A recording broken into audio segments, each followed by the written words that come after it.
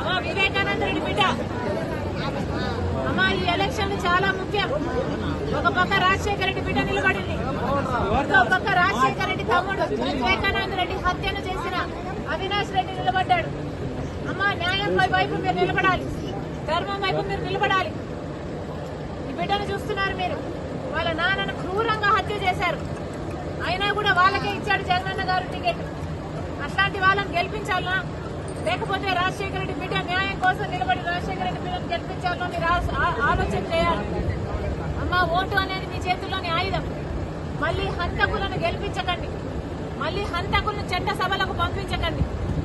ఆశీర్వదించండి తల్లి రాజశేఖర రెడ్డి బిడ్డను.